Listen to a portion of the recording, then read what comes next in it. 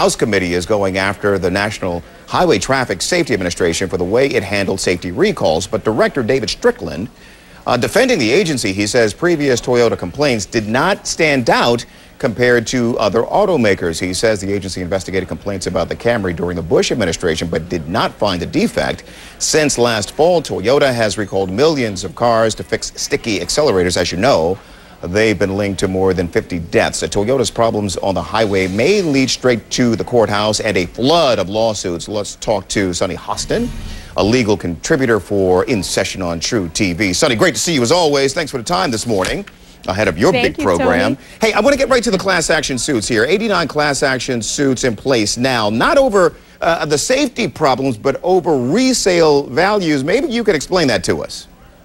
Sure. Well, it's really a little bit of both, Tony. I've read several of the complaints, okay. and what they really are accusing Toyota of is concealing the information about the sudden acceleration problem, because they wanted to minimize the effects on future sales and leases and to minimize the recall's effects on their profits. What attorneys are arguing, Tony, is that basically the economic damage to consumers is that they can't resell their car for the same amount of money. Gotcha. So it's sort of a hybrid argument. I see. All right, maybe we need to parse that out a little bit, but maybe the way to go is 89 suits now.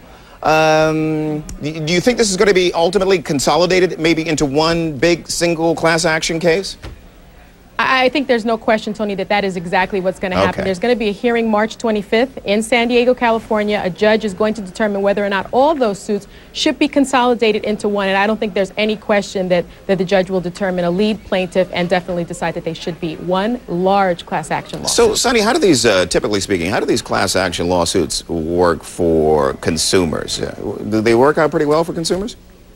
You know, I don't think so. I mean, they can work out in the sense that some public policy may come out of it. We saw that in a lot of the toxic tort litigation, but it typically is really a boon for the attorneys. Attorneys' fees really range in the millions and millions of dollars, whereas each consumer gets maybe $500, maybe $1,000. So the consumer, in terms of really getting an award, it just doesn't really pay for the consumer to be a part of it. I think we've all received those little things in the mail that says, do you want to opt into this class action? Yes. Well, you don't really get that much money that way. Yeah. One more quick one here before we circle back to the president here. Could Toyota and the owners of these vehicles start suing the company under state lemon laws?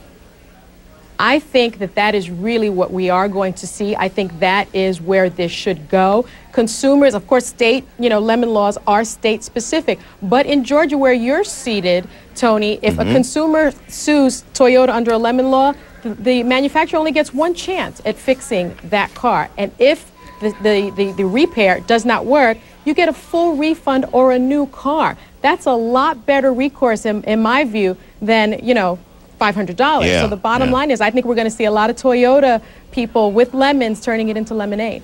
I no like doubt. that. Sunny, good to see you. See you next time. You too. All right. President Obama wants to double